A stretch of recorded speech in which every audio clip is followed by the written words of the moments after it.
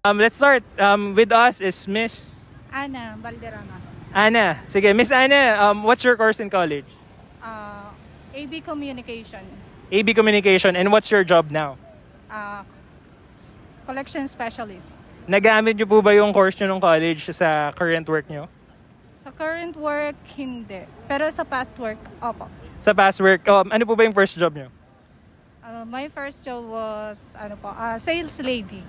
Sales lady, nagamit yung communication dun sa, yung course na yun dun sa job niyo? Hindi. Hindi masyado. Hindi rin. Alright. Do you travel every day for work? Yes po. Anong oras po kayo gumigising ng umaga and anong oras kayo nakakarating? Gumigising ako ng 6 a.m. Tapos nakakarating ako dito around mga 8:15. 8:15, so ilang oras po yung biyahe nyo? Sa biyahe naman ay mga 1 hour kasi hindi natin sure kung magkakaroon ng aberya sa biyahe or mga traffic. Got it. Taga saan po ba kayo? Pasay. Pasay, medyo malayo. Pasig kayo or Ortigas kayo nagtatrabaho. Yes po. Alright. Sige, kung papipiliin po kayo, work from home, on-site or hybrid?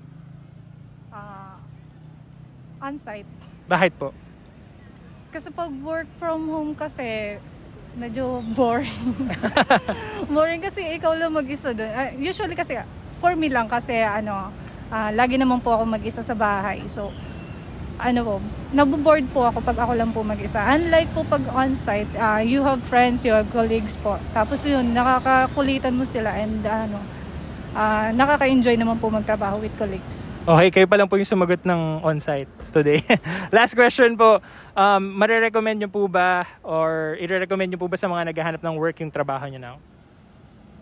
For starter, pwede naman po. Bakit po?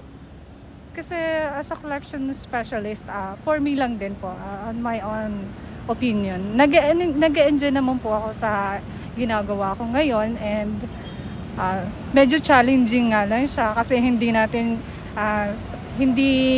ko sure kung yung client ko will pay. So depende po yun sa tactics or sa the way I deliver my speech ba? Or spiel. Spiel, alright. Yun lang po. Thank you so much, Miss Anne.